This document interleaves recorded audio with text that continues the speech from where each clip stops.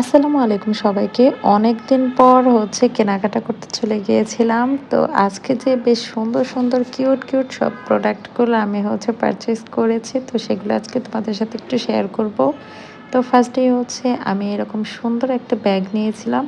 এটা কিন্তু অনেক সময় দেখা যায় ব্যাক পেইন বা যেকোনো ধরনের পেইনেই কিন্তু এটার ভিতরে হট ওয়াটারটা রেখে তোমরা যদি নিজেদের মতো করে একটু নিতে পারো, এটা কিন্তু অনেক বেশি রিল্যাক্সেশন দেয়। তো সে কারণে এনেছি। আমার আবার মাঝে মাঝে দেখা যায় ব্যাক পেইনের একটু প্রবলেম আছে, যার কারণে আমি এটা এনে রাখলাম। আর এটা দেখতে এত বেশি কিউট ছিল, যার কারণে আর রেখে আসতে পারিনি। আজকে সব উল্টাপাল্টা জিনিসই আমি বেশিরভাগ এনেছি। আমি আজকে ব্যাগ কিনতে গিয়েছিলাম না, বাট এই ব্যাগটাও আমার দেখে অনেক বেশি ভালো লাগলো।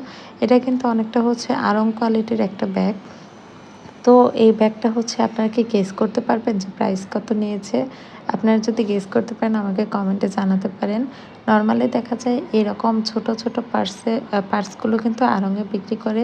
এগুলো মেবি পাটের ব্যাগ হতে পারে আরকি। আমার কাছে এরকম লাগলো।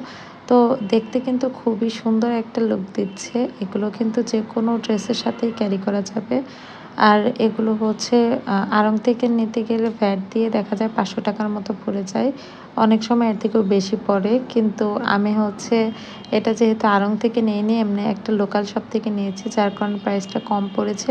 তো আপনারা যদি কেউ এরকম ব্যাগ নিয়ে থাকেন আমাকে একটু কমেন্টে জানাবেন যে এটার প্রাইস কীরকম নিয়েছিল।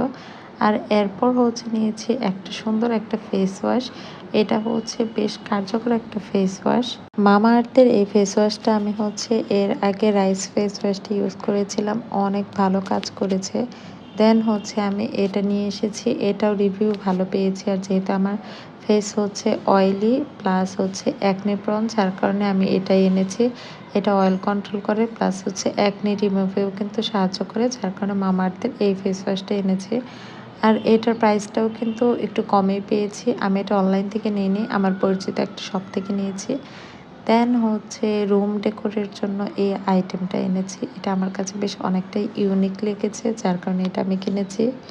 তো এটা আমি আমার ঢাকার বাসায় লাগাবো, যার কারণে এনেছি। ফার্স্টে ভেবেছিলাম যে আমার শ্বশুরবাড়িতে আমার বেডরুমে আমি লাগিয়ে দেখবো কেমন লাগে, বাট সেখানে যেহেতু অনেক লেট, সেই আবার দেখা যাবে কোরবানির ঈদের সময় হয়তো বা যাওয়া হবে, যার কারণে আমি আসলে ধৈর্য ধরতে পারছি না।